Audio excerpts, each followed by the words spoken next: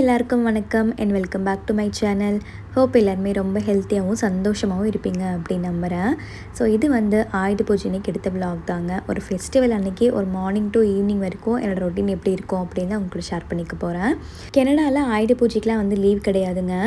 Actually சனி ஞாயிறுலாம் வந்துருந்துச்சு அப்படின்னா கூட மேனேஜ் பண்ணியிருந்துக்கலாம், அவர் தான் ஹெல்ப் பண்ணியிருப்பார். இது வந்து பார்த்திங்கன்னா வீக் டேயில் வந்துருச்சா, ஸோ எல்லா ஒர்க்குமே நம்ம தான் பார்க்குற மாதிரி இருக்கும்.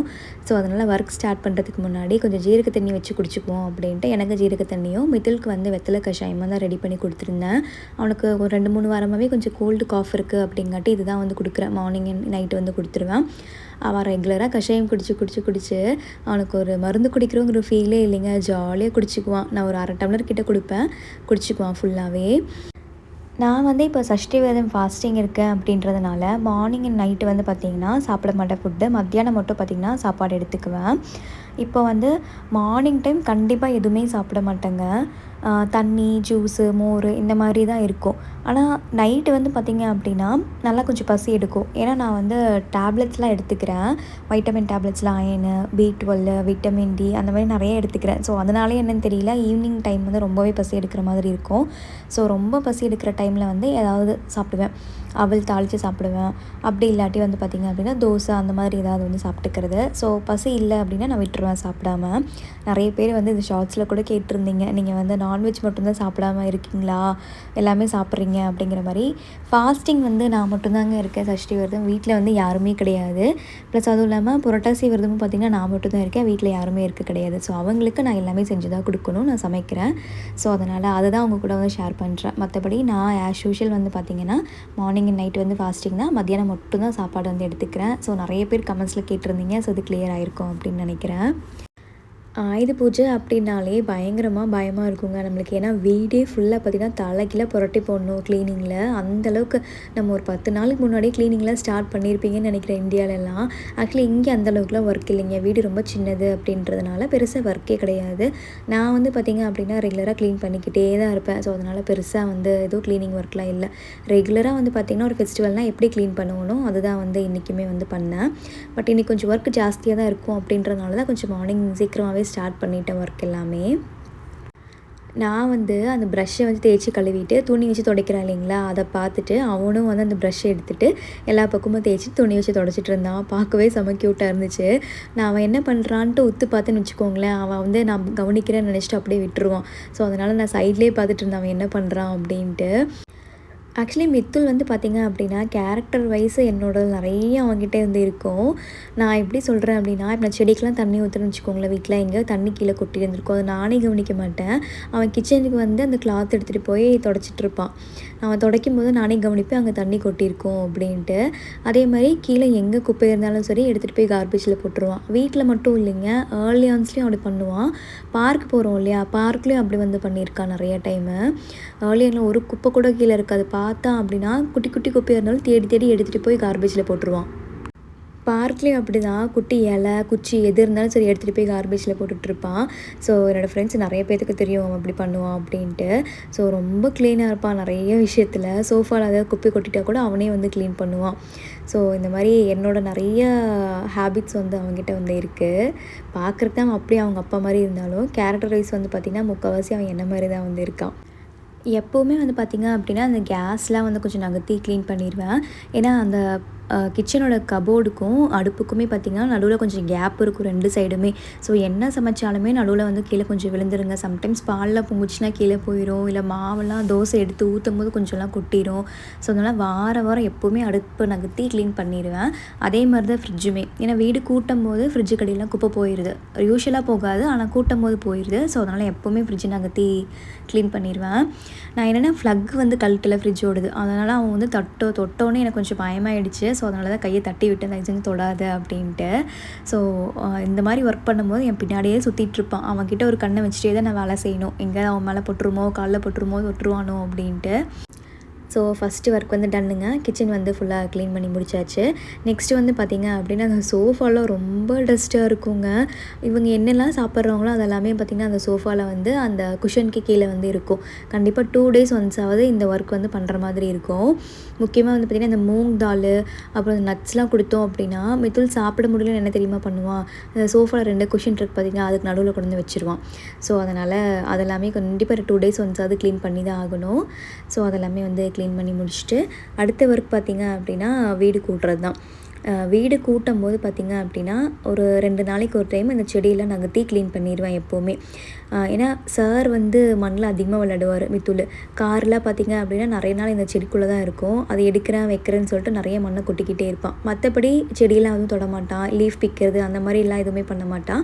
மண் மட்டும் எடுத்து விளையாடுவான். ஸோ அதனால் 2 டேஸ் ஒன்ஸ் பார்த்திங்கன்னா இதுவுமே வந்து ரெகுலராக வந்து க்ளீன் பண்ணிடுவேன். ஊரில் இருந்திருந்தேன்னா எவ்வளோ வேலை இருந்திருக்கும் அப்படின்ட்டு யோசிச்சுட்டே தாங்க இந்த வேலை எல்லாமே செஞ்சுக்கிட்டு இருக்கேன். ஏன்னா நம்ம ஒரு 10 நாளைக்கு முன்னாடியே ஸ்டார்ட் பண்ணிடுவோம் க்ளீனிங்கு. கிச்சனில் ஆரம்பித்து கிச்சன் கபோர்டில் ஆரம்பித்து வீட்டில் இருக்க ஜன்னல் வரைக்கும் எல்லாத்தையுமே துடைக்கணும். ஒரு வீட்டையே நம்ம புரட்டி போடணும். நம்ம உயிர் வெளியே போயிட்டு உள்ளே வருங்க. அந்தளவுக்கு வேலை வந்து பெண்டு கழட்டும். வீட்டுக்குள்ளே மட்டும் இல்லாமல் வீட்டுக்கு வெளியேவும் நமக்கு அவ்வளோ ஒர்க் இருக்கும். ப்ளஸ் வந்து பார்த்திங்க அப்படின்னா வீட்டில் இருக்கிற வாகனங்களெல்லாம் வந்து க்ளீன் பண்ணுறது. ஸோ ஐயோ சாமி, நமக்கு அந்த பூஜை பண்ணுறது கூட தெம்பு இருக்காது. அவ்வளோ எனர்ஜி க்ளீனிங்லேயே வந்து போயிடும். ஸோ அந்தளவுக்கு ஆயுத பூஜை அப்படின்னாலே ஆஃப்டர் மேரேஜ் நான் ரொம்ப பயப்படுவேன். ஆனால் இப்போ வந்து டெக்னாலஜியில் நிறைய இம்ப்ரூவ் ஆகிடுச்சுங்க. நிறைய பேர் வந்து பார்த்திங்கன்னா க்ளீனிங் சர்வீசஸை வச்சு தான் வந்து க்ளீன் பண்ணுறாங்க. ஒரே நாளில் வந்து அவங்க ஃபுல்லாக டீப் க்ளீன் பண்ணி கொடுத்துட்றாங்க.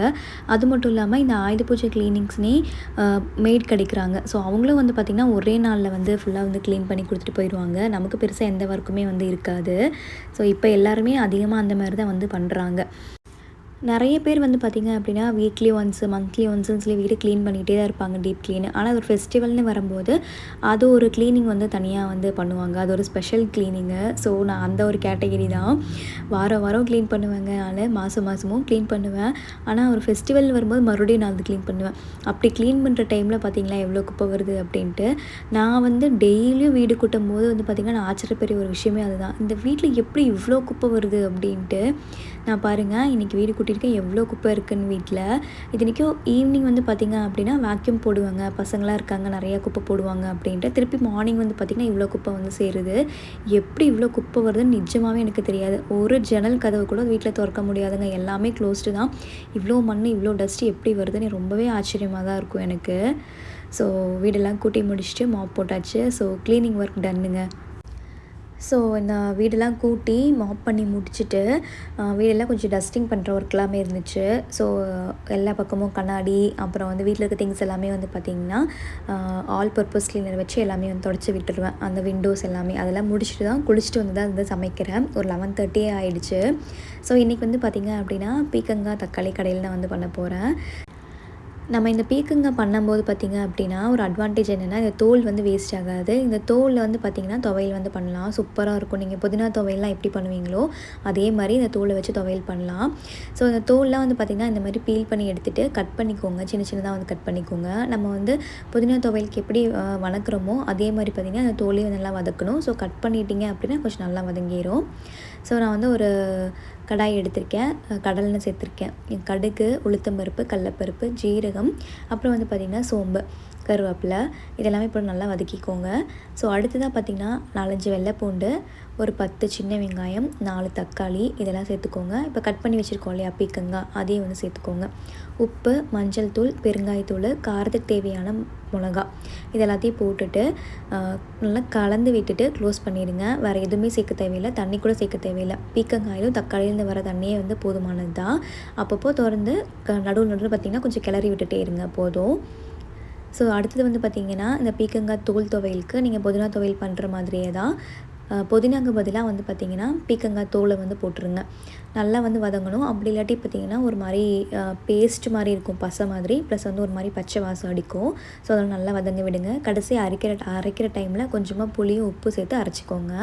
ஸோ பீக்கங்காய் தோல் துவையல் சூப்பராக இருக்கும். இதை வந்து நைட்டு தோசைக்கு வந்து அரைச்சி வச்சுட்டேன். ஸோ இப்போ வந்து பார்த்திங்கன்னா பீக்கங்காய் துவையலுக்கு நல்லாவே வந்து பார்த்திங்கன்னா நல்லா வெந்துடுச்சு, தக்காளியில் நல்லா மசிஞ்சிருச்சு. அப்பப்போ வந்து பார்த்திங்கன்னா கரண்டி வச்சு நல்லா வந்து மசிச்சு விட்டுட்டே இருந்தீங்க அப்படின்னா அந்த தக்காளி வெங்காயம் காயெல்லாம் பார்த்திங்கன்னா நல்லா மசிஞ்சு வந்துடும். நீங்கள் வந்து பார்த்திங்கன்னா அந்த பீக்கங்காய் கூட கத்திரிக்காய் கூட போட்டு வைக்கலாம், நல்லாயிருக்கும். பட் எங்கிட்ட கத்திரிக்காய் இல்லாததுனால நான் பீக்கங்காய் தக்காளி மட்டும் போட்டு வச்சேன். ஆனால் நான் ஒன்று சொல்கிறேங்க, கத்திரிக்காய் போடாமல் தான் எனக்கு ரொம்ப பிடிக்கும். ஏன்னா அது சட்னி மாதிரி ஒரு ஃபீல் ஆயிரும் எனக்கு கத்திரிக்காய் போட்டால். ஸோ இப்படி பண்ணும்போது பார்த்திங்க அப்படின்னா ஒரு கொஜ்ஜு மாதிரி ஒரு ஃபீல் இருக்கும் நம்மளுக்கு. ஸோ நல்லா வந்து பார்த்திங்கன்னா தக்காளி வெங்காயம்லாம் வெந்துருச்சு அப்படின்னாலே கடையிறது ரொம்ப ஈஸியாக இருக்குங்க. சூடாக கடைஞ்சிட்டிங்க அப்படின்னா இன்னும் ஈஸியாகிடும். நல்லா மிச்சம் இருக்கிறது பார்த்திங்கன்னா நல்லாவே கடைஞ்சிரும். ஸோ வந்து பார்த்திங்க அப்படின்னா நம்மளோட பீக்கங்காய் தக்காளி கடையில் வந்து சூப்பராக ரெடி ஆகிடுச்சு. இது கூட கொஞ்சமாக நெய் விட்டு சாப்பிட்டிங்க அப்படின்னா சூப்பராக இருக்கும் டேஸ்ட்டு. அது சூடாக சுட சுட சாப்பாட்டில் போட்டு சாப்பிடுங்க, இன்னுமே டேஸ்ட்டு சூப்பராக இருக்கும். ஸோ இந்த மாதிரி நான் வந்து கடையெல்லாம் வந்து பண்ணும்போது என் பசங்க சாப்பிடுவாங்களானே எனக்கு தெரியாது. அதனால எப்போவுமே வந்து பார்த்திங்க அப்படின்னா ஒரு ரசம் வச்சுருவேன். குழம்பு பிடிக்கல அப்படின்னு சொல்லிட்டாங்கன்னா, ஓகே நீ ரசம் போட்டு சாப்பிடு அப்படின்னு சொல்லிட்டு எப்போவுமே வீட்டில் வந்து ரசம் இருக்கும். அப்படியே வந்து பார்த்திங்கன்னா சைடில் வந்து அப்பளம் வந்து பொரிச்சாச்சு. இந்த காம்பினேஷன் வந்து பார்த்திங்கன்னா சூப்பராக இருக்கும். நம்ம ஏதாவது இந்த மாதிரி கெட்டியாக ஒரு கொஜ்ஜோ இல்லை தொக்கு துவையல் இதெல்லாம் பண்ணும்போது அப்பளம் வச்சு சாப்பிட்டு பாருங்கள், டேஸ்ட்டு சூப்பராக இருக்கும். ஸோ இன்றைக்கி வந்து பார்த்திங்கன்னா நான் ஒயிட் ரைஸ் தான் வந்து பண்ணியிருந்தேன். பீக்கங்காய் தோல் துவையல் அரைச்சோம்ல அதுவுமே வச்சுருக்கேன், ப்ளஸ் அப்பளம் வச்சுருக்கேன். அப்புறம் நம்ம ரெடி பண்ண வந்து பீக்கங்காய் தக்காளி கடையிலும் வச்சுருக்கேன். நல்லா சுட சுட சாப்பாட்டில் பிணைஞ்சு சாப்பிடும்போது அவ்வளோ டேஸ்ட்டாக இருக்கும். கண்டிப்பாக ட்ரை பண்ணி பாருங்கள். ஸோ சாப்பிட்டுட்டு பாத்திரம்லாம் டிஷ் வாஷரில் லோட் பண்ணிவிட்டு மித்தில் தூங்க வச்சுட்டு அதுக்கப்புறமா வந்து பார்த்திங்க அப்படின்னா பூஜை கம்பெனிலாம் க்ளீன் பண்ணலாம் அப்படின்ட்டு வந்தேங்க. இப்போ வந்து நம்ம சஷ்டி விரதம் வந்து இருக்கிறனால டெய்லியும் வந்து பார்த்திங்கன்னா இந்த ஆறுமுக விளக்கு ஏற்றுறோம் இல்லையா, அப்போ என்ன ஆகுதுன்னா அந்த பூஜை கேபினெட்டோட மேலே வந்து பார்த்திங்க அப்படின்னா அந்த விளக்கோட அந்த புகையெல்லாம் பட்டு நல்லா வந்து கருப்பாயிருது. ஸோ அதனால் அது எல்லாமே எடுத்துகிட்டு ஒரு டைம் நல்லா சோப் போட்டு லிக்விட் போட்டு நல்லா நார் வச்சு தேய்ச்சி வாஷ் பண்ணுவேன். ஸோ அப்போ தான் வந்து பார்த்திங்கன்னா அது கொஞ்சம் ஒயிட்டாகவே இருக்குது, பார்க்கவும் நல்லாயிருக்கு. இதே நம்ம வந்து பார்த்திங்கன்னா ஊரில் இருக்கிற மாதிரி உடன் கலர்லாம் இருந்துச்சு அப்படின்னா இவ்வளோ மெயின்டெனன்ஸே தேவையில்லை, சும்மா ஈர துணி வச்சு தொடச்சாலே போதும். இது ஒயிட்டு அப்படிங்கிறதுனால 2-3 டைம் நல்லா நார் வச்சு நல்லா தொடச்சிட்டு அதுக்கப்புறமா டிஷ்யூ வச்சு தொடச்சா தான் கொஞ்சம் க்ளீனே ஆகுது. அதுக்கப்புறமா வந்து பார்த்திங்க அப்படின்னா விளக்கு இது எல்லாமே வந்து பூஜை ஐட்டம்ஸ் எல்லாம் வந்து தேய்ச்சி வச்சுட்டேன். இது வந்து பார்த்திங்கன்னா பீத்தாம்பரியும் அப்புறம் வந்து கொஞ்சமாக அந்த டிஷ்வாஷர் லிக்விடும் கலந்துட்டு அது கூட வேணும்னா கொஞ்சம் லெமன் புழிஞ்சு விட்டுட்டு தேய்ச்சிட்டோம் அப்படின்னா நல்லா பளிச்சுன்னு ஆயிரும். இப்போ வந்து சஷ்டி விரதம் இருக்கனால மார்னிங் ஈவினிங் வந்து விளக்கு ஏற்றுறோம் இல்லைங்களா, அதனால் 2 days ஒன்ஸ் வந்து விளக்குலாம் வந்து கழுவுற மாதிரி இருக்குது. கலர் சீக்கிரமாகவே சேஞ்ச் ஆகிடுது. அதனால் ஒரு டைம் வந்து பார்த்திங்கன்னா பீதாம்பரி இந்த மாதிரி போட்டு வாஷ் பண்ணுவேன். இன்னொரு டைம் வரும்போது வெறும் டிஷ்வாஷர் லிக்விட் மட்டும் போட்டு வாஷ் பண்ணுவேன். அந்த மாதிரி ஆல்டர்னேட்டிவாக வந்து பண்ணிக்கிட்டே இருப்பேன். நிறைய பேர்த்துக்கு ஆயுத பூஜை அப்படின்னா நிறைய மெமரிஸ் இருக்குங்க. அதே மாதிரி தான் எனக்குமே. நாங்கள் சின்ன வயசாக இருக்கும்போது பார்த்திங்கன்னா அம்மா வந்து ஒரு கம்பெனியில் தான் ஒர்க் பண்ணிகிட்டு இருந்தாங்க. ப்ளஸ் வந்து பார்த்திங்கன்னா மாமாவும் வந்து ஒரு கவர்மெண்ட் மில்லில் ஒர்க் பண்ணிகிட்டு இருந்தாங்க. ஸோ அதனால் 2 பேருமே வந்து பார்த்திங்க அப்படின்னா ஒருத்தர் வந்து அக்கா தம்பி இருக்காங்க, நானும் இருக்கேன். ஸோ யாரோ ஒருத்தர் வந்து அம்மா கூட்டிகிட்டு போவாங்க, மற்ற 2 பேர் வந்து பார்த்திங்கன்னா மாமா கூட வந்து போவோம்.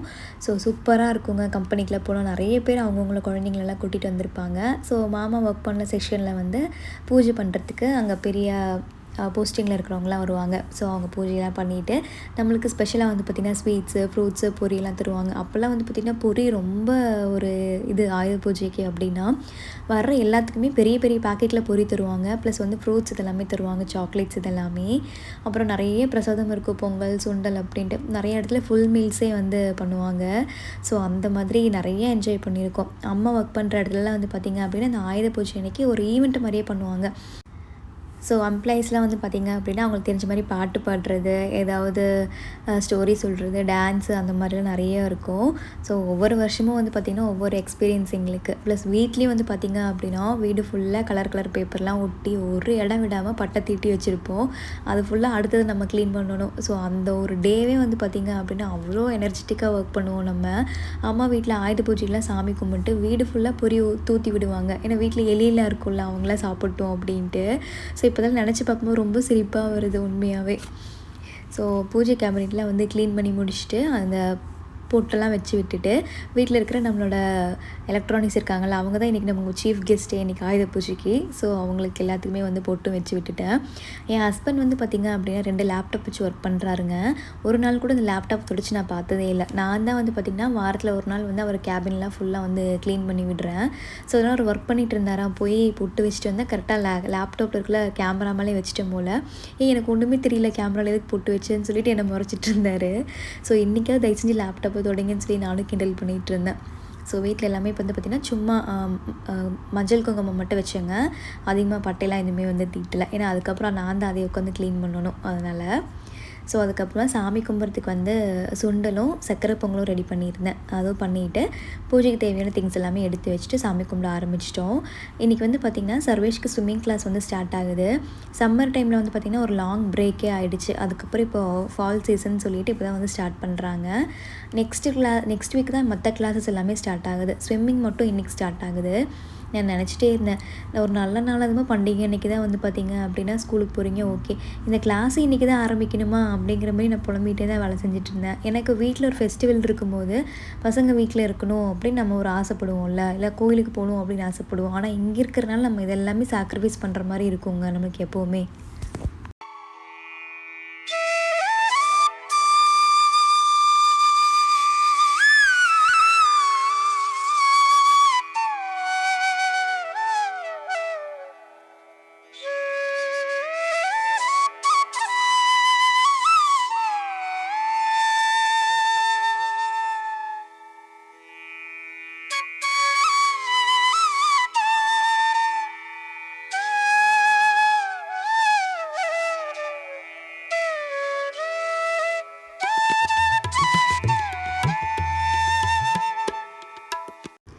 ஸோ நல்லபடியாக பூஜையெல்லாம் முடிச்சுட்டு பசங்கிட்ட வந்து சாமிக்கிட்ட கேட்க சொல்லியிருந்தேன், நல்லா படிக்கணும், தைரியமாக இருக்கணும், அறிவாக இருக்கணும்னு சொல்லி வேண்டிக்கோங்க அப்படின்னு சொல்லிக்கிட்டு இருந்தேன்.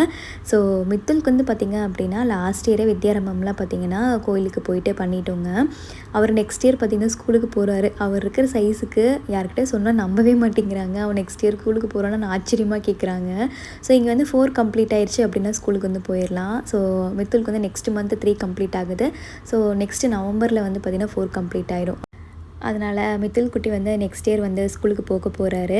என்னாலேயே நம்ப முடியல, புழுக்கூன்ட்டு இருக்கா, என்னடா பண்ண போகிறான் இவன் ஸ்கூலுக்கு போய் அப்படின்னு சொல்லிட்டு ஒவ்வொரு நாளும் வந்து பார்த்திங்கன்னா ஏர்லியான்னு போகும்போதெல்லாம் யோசிச்சுக்கிட்டே இருப்பேன். ஸோ இப்போ இருந்தே பார்த்திங்கன்னா கொஞ்சம் நிறைய விஷயங்கள்லாம் சொல்லிக் கொடுக்க ஆரம்பிச்சிருக்கேன். இங்கே வந்து ஜாக்கெட் போடுறது, ஷூ போடுறது, லஞ்ச் பாக்ஸ் ஓப்பன் பண்ணுறது, அவனே சாப்பிட்றதுன்ட்டு நிறைய விஷயங்கள் சொல்லிக் கொடுக்க ஆரம்பிச்சிருக்கேன். மேபி நெக்ஸ்ட் இயருக்குள்ளே வந்து பார்த்திங்கன்னா ஓரளவுக்கு வந்து எல்லாமே சொல்லி கொடுத்துருவேன் அப்படின்னு நினைக்கிறேன்.